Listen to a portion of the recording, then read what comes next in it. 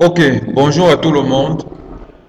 Aujourd'hui, dans le cadre de la recherche opérationnelle, nous allons vous présenter un de ces aspects très particuliers que sont les graphes probabilistes. Alors, tout au long de mon entretien, je serai accompagné de deux de mes collaborateurs.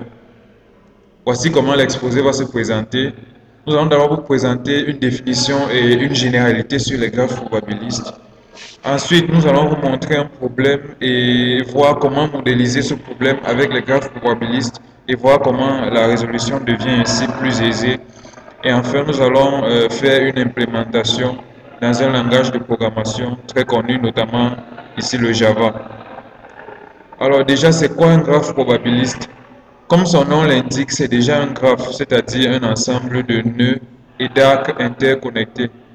Mais quelle est la particularité des graphes probabilistes? En fait, un graphe probabiliste, c'est un graphe orienté pondéré dans lequel, pour chaque sommet, il y a au plus un arc qui quitte. En fait, entre deux sommets, il y a au plus un arc et la somme des poids des arcs issus de chaque sommet vaut 1. Par exemple, ici, pour le sommet pour le sommet A, nous avons cet arc-ci qui vaut 0,7, qui a la pondération 0,7, et cet autre arc qui a la pondération 0,3. On voit bien que la somme fait 1. En fait, chacune de ces pondérations représente une probabilité, notamment ici la probabilité de rester sur le nœud A et la probabilité d'aller au nœud B. Alors, à partir d'un graphe probabiliste, il est possible de définir, comme vous voyez ici à droite, une matrice de transition. Cette matrice recense donc les différentes pondérations pour chaque nœud. Par exemple, pour le nœud A, nous avons 0,3 qui était représenté ici et 0,7 ici qui est représenté là. Et même chose également pour le nœud B, 0,4 qui est ici, le voici, et ce 0,6, le voilà. Passons maintenant au problème. Bon, passons tout de suite au problème. Bon, on considère trois commerçants, Séraphin, Benjamin et Rousseau, exerçant tous les trois la vente de vêtements pour hommes dans une ville donnée. Et bien sûr, on suppose que dans cette ville, ce sont les seuls grands magasins. Donc, ce sont les seuls magasins vestimentaires utilisés. Bon, en 2005, 22% de la population masculine préfère s'habiller chez Séraphin, 45% préfèrent s'habiller chez Benjamin et les 33 autres pourcents qui restent chez Rousseau.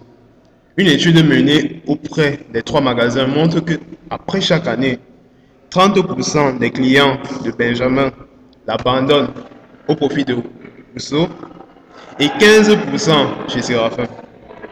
10% des clients de Rousseau préfèrent aller chez Benjamin et 20% chez Séraphin. 22% des clients de Séraphin préfèrent aller chez Benjamin, 16% chez Rousseau. Dans ce problème, ce qui nous intéresse, c'est la répartition de la clientèle au cours de l'exercice de l'année 2020. Le problème tel que posé peut être modélisé par les graphes probabilistes afin de permettre une résolution beaucoup plus simple et fluide du problème. Donc, passons immédiatement à la résolution du problème, à la modélisation du problème. Bon, modélisation du problème. Désignons par S Séraphin, B Benjamin et R Rousseau. On choisit un ordre pour nous permettre de voir, d'observer la répartition de la clientèle. Bon, l'état de base est désigné par le vecteur 0,22, 0,45, 0,33 qui correspond bien évidemment à la répartition en 2005 citée précédemment. La matrice de transition est obtenue en regardant les transitions entre les différents nœuds du graphe. Donc les nœuds ici c'est SRB comme on l'avait déjà dit tantôt. Bon, la situation c'est laquelle? Nous sommes au cours de l'année 2005. Nous avons une répartition de base. Notre but, c'est d'avoir une répartition en 2020. Bon, pour ce faire, nous désignons par P0 la répartition de la clientèle à l'année 2005. Il s'agit ici pour nous de déterminer P15 qui correspond à la répartition au cours de l'année 2020. Bon, ainsi nous avons la formule de passage d'une répartition au cours d'une année N-1 à une répartition au cours d'une année N. Pn est égal à Pn-1 multiplié par Me, où Me c'est la matrice de transition comme on l'a dit tantôt. On obtient P N est égal à P0 fois M puissance N. Donc, on peut tirer de ça la répartition au cours de l'année 2020 qui correspond à P15 par P0 M puissance 15 qui découle de cette formule-ci. Bon, à ce niveau, nous allons laisser le soin à l'algorithme préconçu de calculer la valeur de P15. Ok, à la suite de mon collaborateur qui a présenté un problème et sa résolution, il s'agit ici de déterminer la répartition de la clientèle à l'année 2020. Connaissant ce qui se passe, connaissant l'état en 2005 et connaissant en fait la matrice qui décrit l'ensemble des changements qui peuvent subvenir. Donc, nous pouvons faire cela en tant que mathématicien, ça peut prendre du temps. Mais pour fonctionner de façon ordonnée, nous avons trouvé sage de mettre sur pied un algorithme qui permettrait justement à travers son déroulement d'obtenir la solution escomptée et c'est rapidement. Donc simplement, le nom de l'algorithme est état N, c'est-à-dire la répartition, l'état de la clientèle à une année N. Les paramètres passés sont l'état de base, c'est-à-dire la situation en 2005 et la matrice de transition qui permet justement de connaître comment la transition s'effectue d'une année à une autre. Donc la variable ici, on l'appelle, c'est un vecteur en fait qui modélise justement la répartition. Donc qu'est-ce qui va se passer? Comme nous l'avons vu, la formule est simple, c'est Pn, c'est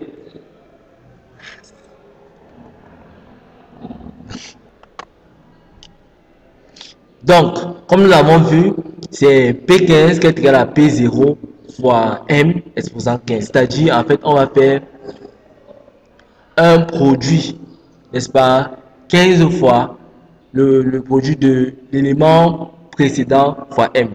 Tout simplement à partir de cette formule-ci, Pn est égal à Pn moins 1 fois M. C'est-à-dire, on va commencer comment? On va commencer là par obtenir P1. P1 qui sera P0 fois M. Lorsqu'on aura P1, on va calculer P2 qui sera égal à P1 fois M. Ensuite, on va aller à P3, ainsi de suite jusqu'à ce qu'on arrive à P15. C'est la raison donc pour laquelle on a ici, pour I allant de 1 à N faire état, N égale à état fois matrice de transition. Là, il s'agit simplement du produit matrice, vecteur matrice. Donc, lorsque cette boucle sera donc terminée, on aura donc le résultat final. C'est ainsi qu'on a pu expliquer en fait le déroulement de l'algorithme. Ceci étant dit, l'algorithme c'est une bonne chose, mais on a pensé aussi à l'automatiser de manière à ce que ce n'est pas chaque personne qui déroule l'algorithme. Donc c'est pour ça que dans la présentation on a parlé d'une implémentation concrète en Java. Donc je m'en vais à présent vous présenter donc cette implémentation là. Ok, donc on a créé un projet qui s'appelle RO, qui est constitué d'une classe principale et d'une autre classe qui s'appelle situation probabiliste. En fait, le cœur même du problème ici, le cœur de la solution se trouve justement dans la classe situation probabiliste. Donc, cette classe contient 4 attributs qui sont dimension, nœud, matrice transition, état de base. En fait, dimension c'est quoi? Dimension c'est l'ordre du graphe en fait. Donc, lors de la présentation de la généralité concernant les graphes probabilistes, on a illustré cela avec un graphe contenant deux arcs. Deux arcs. Donc là-bas, la dimension, ça en fait 2. Mais dans le cas d'espèce, c'est 3 nœuds, c'est-à-dire la dimension, ça sera 3. Donc ici, c'est dans une optique de généralisation en fait du problème. Donc le nœud, c'est l'ensemble justement des nœuds du graphe. La matrice de transition, comme son nom l'indique, c'est une matrice, c'est-à-dire un vecteur, le vecteur, et enfin l'état de base. Alors à présent, voici la méthode qui permet donc d'instancier une nouvelle situation probabiliste, prenant en paramètre la dimension, l'ensemble des nœuds, la matrice de transition et l'état de base. Toutefois, il faut d'abord s'assurer qu'il y a une certaine conformité dans l'ensemble de ces données, dans la mesure où la quantité de nœuds doit correspondre en fait à la dimension. Comme nous avons vu, la dimension correspond au nombre de nœuds du graphe. Et aussi, l'état de base contient en fait l'élément qui caractérise la répartition, c'est-à-dire pour chaque type, pour chaque classe, pour chaque nœud, quel est le pourcentage qu'il a. C'est-à-dire, ça doit justement correspondre à la dimension. Ainsi, la matrice de transition, c'est justement le cas aussi, et c'est un peu ça. Donc, lorsque ces conditions sont vérifiées, on peut donc initialiser l'ensemble de nos attributs de base. Donc, à présent, on a l'ensemble des getters et setters, comme toute classe en Java. Maintenant, on va chuter au niveau même de l'implémentation de notre algorithme que nous avons vu tout à l'heure. Alors, notre algorithme que nous avons vu tout à l'heure était simplement état n. Donc, ici, on a décidé de l'appeler état n toujours, qui prend en paramètre un état de base et un ordre pour prédire justement à cet ordre-là quel sera l'état. Donc, tout comme on a une variable qui est un état en fait intermédiaire, on a aussi notre variable qu'on a appelée état intermédiaire qui est un vecteur et en faisant dimension. Donc il s'agit d'abord de copier dans ce vecteur intermédiaire là l'état de base. Ensuite, pour justement y allant de 0 à ordre n-1, on va faire en fait les produits vecteur matrice. Je ne vous apprends rien, on l'a vu tout à l'heure dans l'algorithme. Donc, on a donc défini une méthode intermédiaire, produit matrice, vecteur matrice autant pour moi, qui est la suivante. Donc, c'est simplement les règles de mathématiques. Et ceci dit, nous avons donc, à partir de cela, la possibilité de déterminer quelle est la répartition à l'ordre n. Bien sûr, dans le cadre des graphes probabilistes, on a aussi ce qu'on appelle l'état stable. Parce qu'au fur et à mesure que ce processus de transition s'effectue, à un moment, il peut s'avérer que ça devient stable. C'est pour ça qu'on a trouvé pertinent de créer aussi une fonction qui s'appelle état stable. Simplement, l'état stable, c'est quoi? C'est l'état à partir duquel, lorsqu'on va faire le produit Pn est égal à Pn-1 fois m, Pn et Pn-1 sera la même chose. Donc, on crée aussi une variable et on fait des produits matrice vecteur, vecteur matrice jusqu'à ce que l'état n-1 et l'état n soient la même chose. C'est pour ça que vous voyez while égaux, le contraire de égaux, état intermédiaire, état presque. Donc à partir de cela, on peut donc afficher la répartition à l'état stable. Donc c'est ainsi donc que se constitue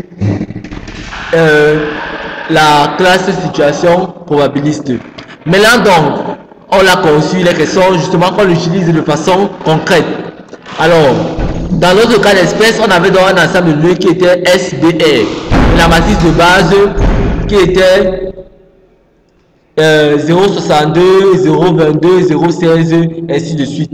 Là, voici, ici, c'est un tableau de tableau, un tableau 3x3 et l'état de base. Donc, on instancie un objet de la classe situation probabiliste qui prend justement en paramètre ces éléments-là. Et maintenant, l'état 15, donc on va déterminer, il s'agit simplement à cette classe-là d'appeler la méthode état n qui prend en paramètre l'état de base et justement le nombre qu'on veut. Ici, on va mettre 15. Donc, ensuite, lorsque ça sera terminé, ça pourra donc afficher la répartition de la clientèle au bout de ces 15 ans-là. Et ensuite, on va aussi afficher l'état stable pour connaître exactement à quel moment le système ne va plus changer. Donc, on va donc exécuter notre programme.